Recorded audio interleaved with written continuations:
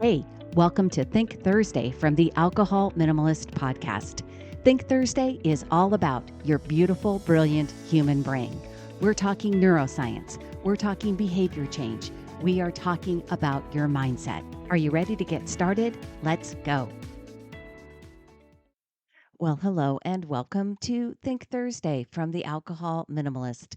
I'm Molly Watts, your host, and Think Thursday is all about neuroscience and brain health, and most especially mindset. Mindset, because really, the more and more I learn about my beautiful, brilliant human brain, the more I realize how incredibly important my thoughts are. And when we're talking about our mindset, we're really talking about what we think about all the time and how that narrative drives how we feel, because how we feel really matters. It depends. How I feel makes me want to take actions or not take actions that ultimately get the results that I have in my life. So, how I think determines how I feel, determines how I act, determines the results that I have in my life. And that's why Think Thursday is so incredibly important, I think. I hope that you are enjoying these episodes. I'm getting lots of positive feedback from you, so I appreciate that. Let's dive into this week's episode. We are going to be talking about some of the most powerful mindset shifts, that terminology and things that I've come across that I really want to share with you, and really hope that you will incorporate them as a part of your just your life, and helping you make the positive changes, whether that's around alcohol or anything else that you're doing. Many of the things that I'm going to be talking about today are coming from the book Personality Isn't Permanent by Dr. Benjamin Hardy. It's a book that's on my recommended reading list. I go back to it often just as a refresher. I can't emphasize enough how much I really like this book. And the things that we're going to talk about today are really about helping us reframe our past. They empower what we want to do here in the present, and they're going to build a future that is aligned with who we truly want to become. And this stuff is going to come. I mean, again, this is really lots of stuff comes from the book Personality Isn't Permanent, but there's other people that I want to give credence to as well.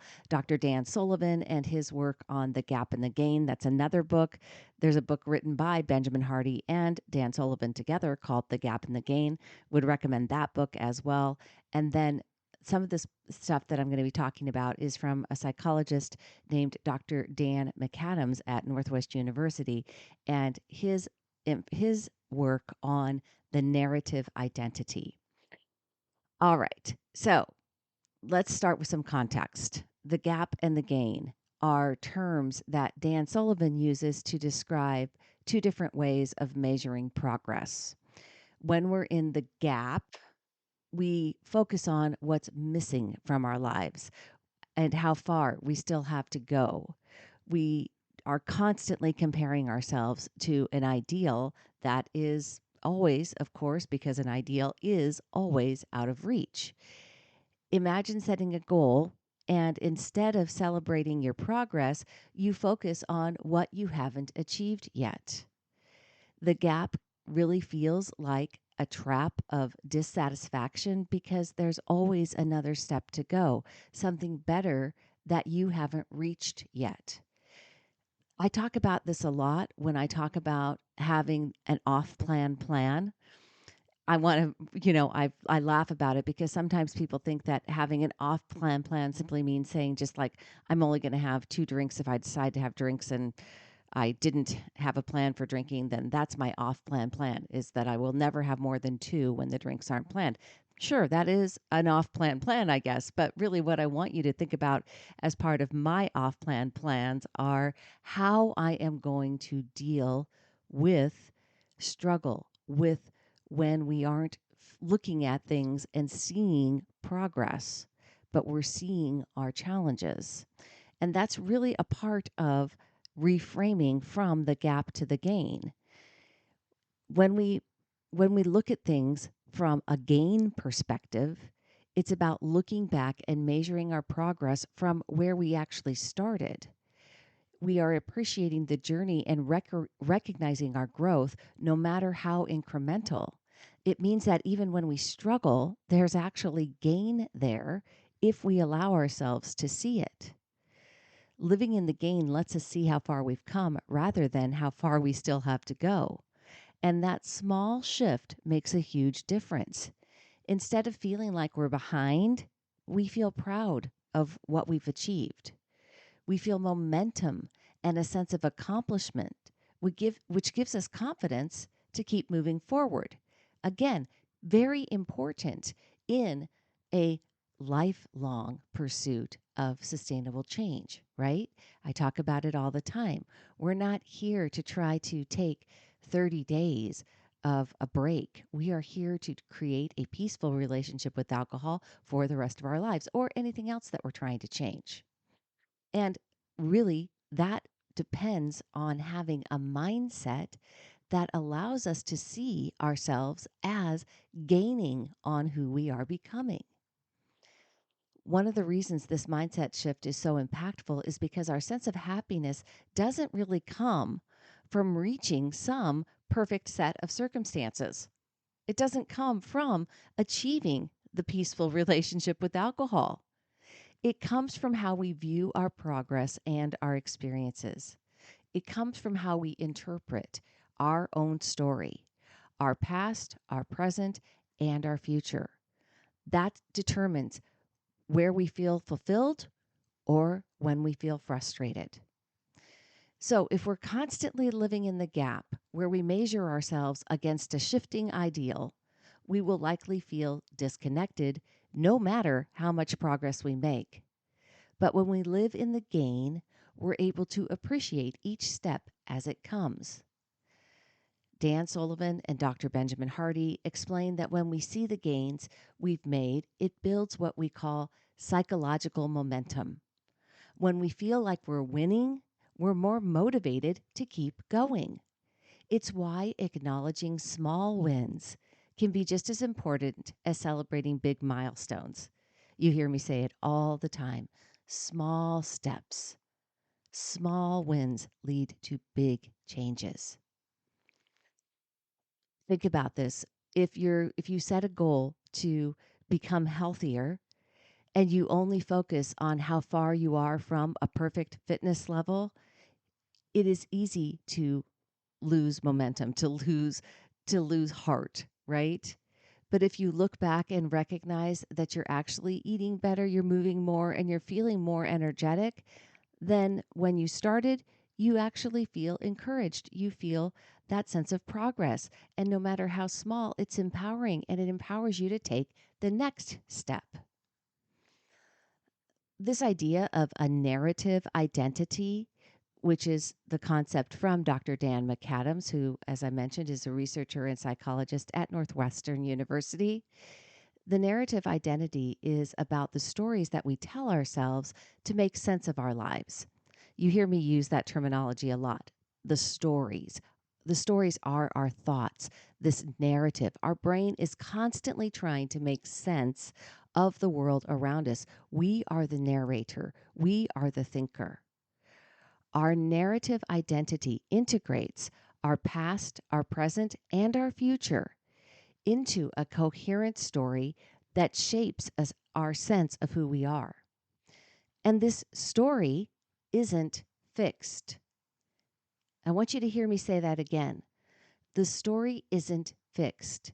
It's constantly evolving based on how we view ourselves and how we interpret our experiences. And that includes our past.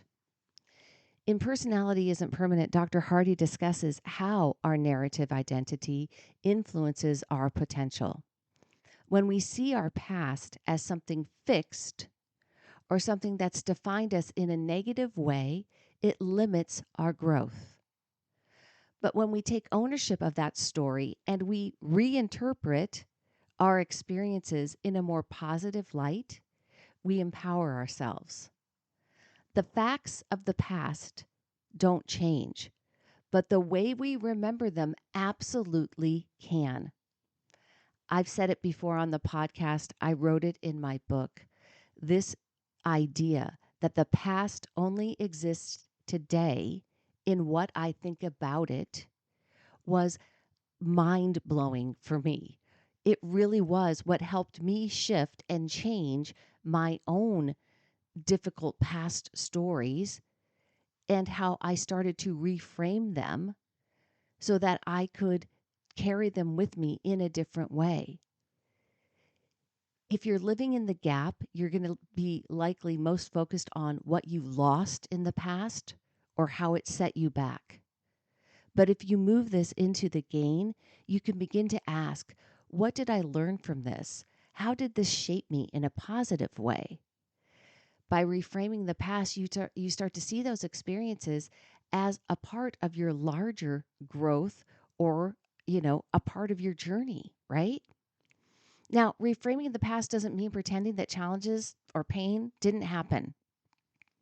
It's about choosing how to remember those events and how they fit into your whole life story. A key part of reframing the past is recognizing that the past, present, and the future aren't separate and linear, but they're all interconnected in your mind. Here's a practical way to apply this. Instead of seeing a past experience as something that happened to you, try reframing it as something that happened for you.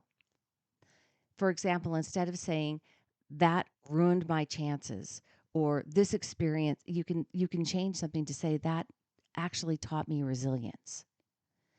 It may feel subtle, but that small shift in narrative changes how we feel about our past and more importantly, it impacts how we approach the future.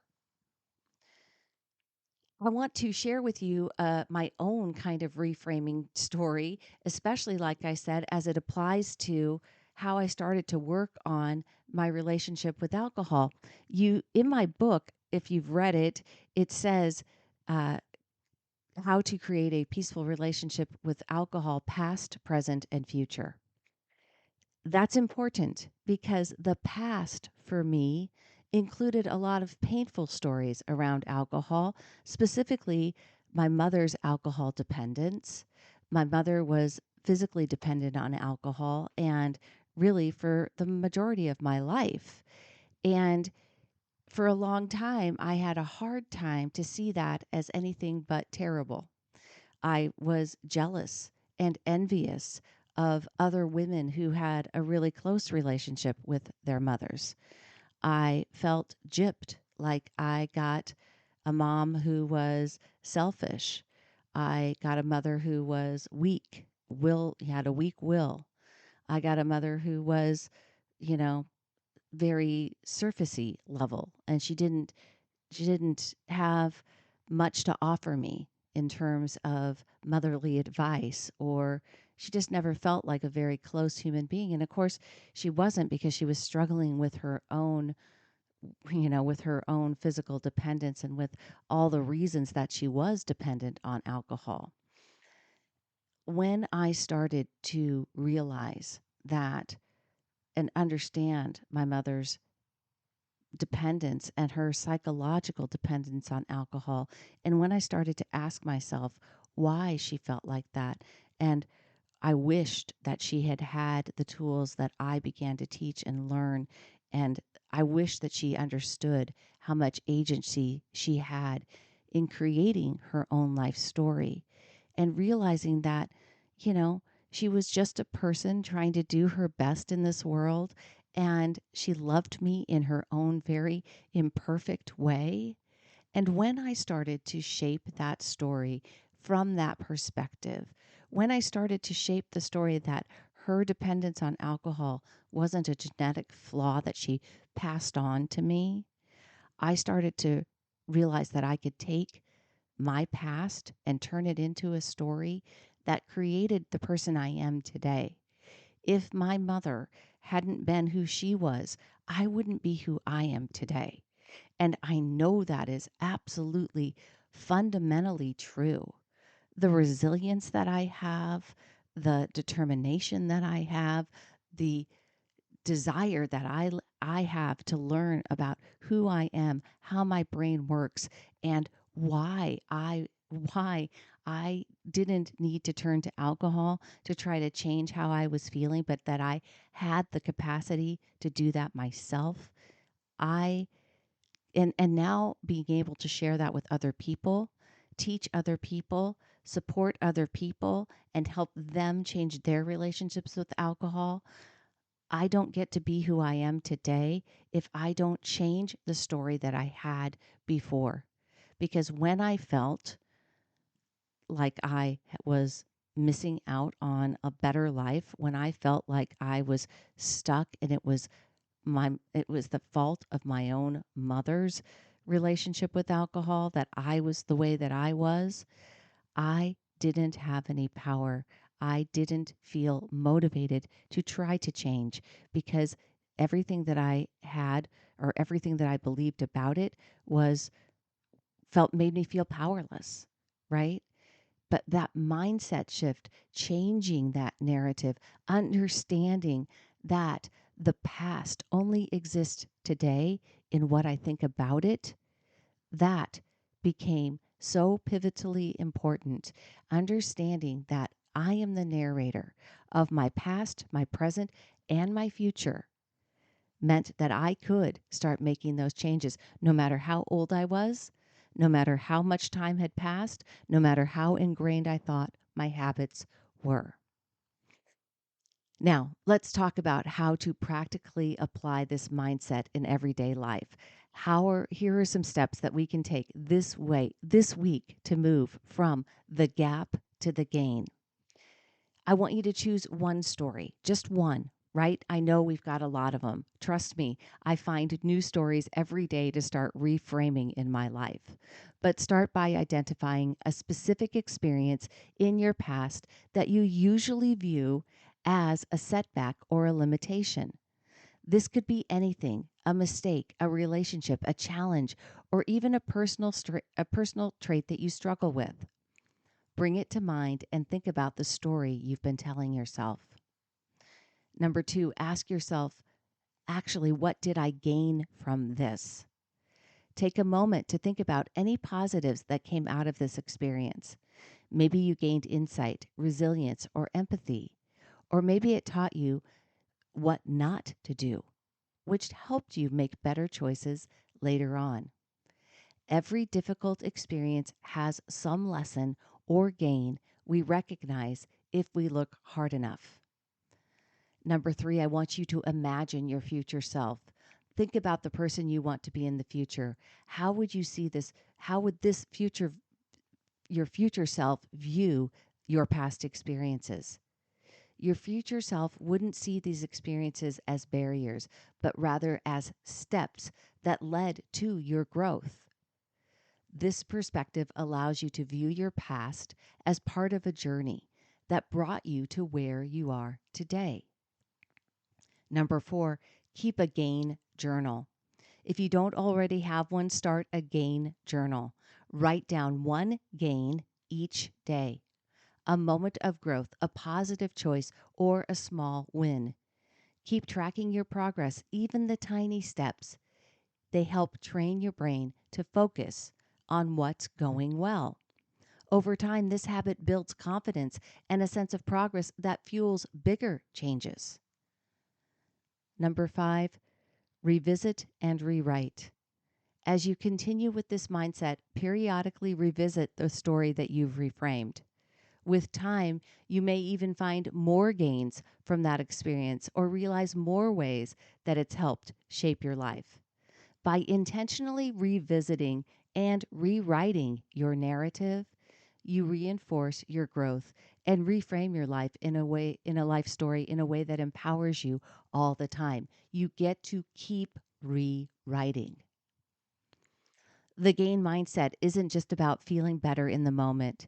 It's about creating a sustainable shift in how we view our lives. When we train ourselves to see our gains, we become more resilient. Instead of setbacks feeling like roadblocks, they become just a part of the journey. And remember, this doesn't mean we ignore or deny our challenges. It's about acknowledging them, but choosing to see how they can contribute to our growth. This approach applies to every area of life, whether it's a relationship, a personal goal, or something as important as changing your relationship with alcohol. Living in the gain gives us permission to celebrate our progress, even if it's not perfect.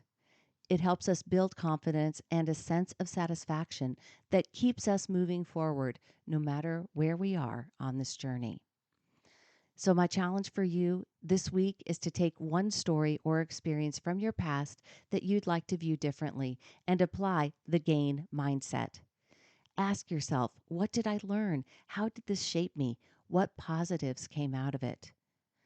Give yourself some time to sit with this new perspective and see how it changes the way you feel about that experience. I want to thank you for joining me here on Think Thursday. If you have some ideas specifically about Think Thursday episodes that you'd like to hear, shoot me an email, molly@mollywatts.com. I'd love to hear from you. I hope this idea of reframing your narrative, living in the gain instead of the gap, resonates with you as much as it has for me. And remember, you are the one writing your story. Every chapter is another chance to grow. Until next time, focus on the gain, celebrate your progress, embrace the person you're becoming, and as always, choose peace, my friends.